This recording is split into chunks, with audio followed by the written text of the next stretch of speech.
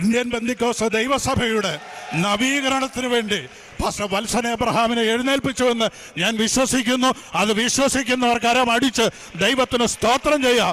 ഒരു നവീകരണത്തിലേക്ക്, പെന്തിക്കോസ്തിന്റെ തനിമയിലേക്ക് സഭയെ മടക്കിക്കൊണ്ടുവരുവാൻ പാസ്റ്റർ വത്സൻ എബ്രഹാമിനെയും ടീമിനെയും ദൈവം ഉപയോഗിക്കട്ടെ. വീണ്ടും പെന്തിക്കോസ്തിന്റെ നല്ല നാളുകൾ ഉണ്ടാകാൻ പോകുന്നതോർത്ത് ദൈവത്തിന് സ്തോത്രം സ്തോത്രം. കർത്താവേ, നാളെ അവധിക്ക് വെച്ചിരിക്കുന്ന കേസ് അത് കർത്താവെ തള്ളിപ്പോകുവാൻ ഞങ്ങൾ പ്രാർത്ഥിക്കുന്നു. ദൈവകരങ്ങൾ ഏൽപ്പിക്കുന്ന കർത്താവെ, സഭയ്ക്ക് എതിരെ കൊടുത്തിരിക്കുന്ന കേസുകൾ എല്ലാം കർത്താവെ മാറിപ്പോകുവാൻ ഞങ്ങൾ പ്രാർത്ഥിക്കുന്നു. നീതിപീഠങ്ങളുടെ മുമ്പിൽ സഭയുടെ പ്രവർത്തനങ്ങൾ ദൈവം ആദരിക്കണമേ.